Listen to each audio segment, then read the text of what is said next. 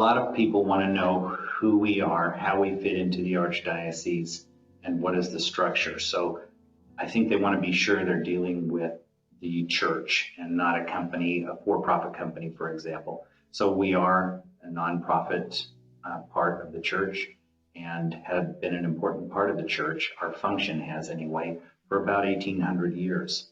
So we have a lot of history, and even here in our Archdiocese, Catholic burials going back to the early to mid 1800s.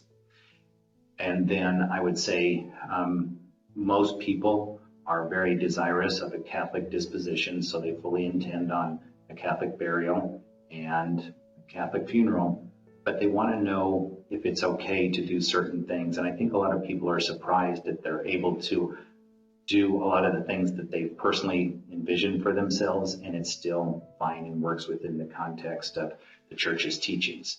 And then finally, I think a lot of people are as curious about the costs involved in all of it than just about anything else. Most people, like I say, want to have a Catholic disposition, so they want to know how much is this going to cost. And I will tell you that they're very relieved when we talk about all our different payment programs and ways to take care of this, and they know they don't have to procrastinate, and they're no longer fearful of the costs involved, because we gear our program so that it's affordable for even those with the most modest means or those that are on very fixed incomes. And so by the time we're done, they're so relieved and so happy. We get a lot of hugs before we leave the home at our appointments, and that's a good feeling. I seem to get a lot of questions just about the nuts and bolts of it. A lot of people ask me, can my non-Catholic loved ones be buried in a Catholic cemetery? And I said, yes, anyone can be buried in a Catholic cemetery.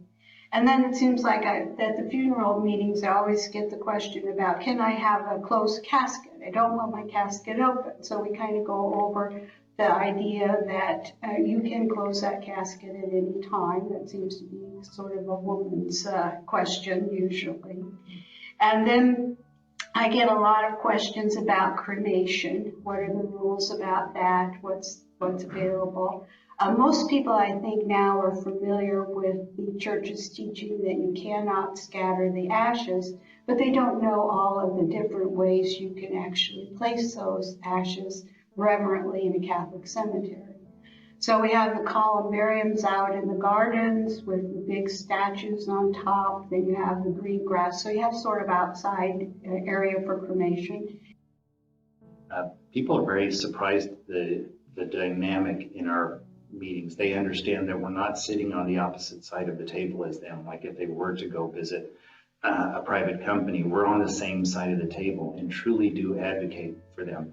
So everything we do is going to be what's in their best interests from every perspective: personal, family, church, and financial.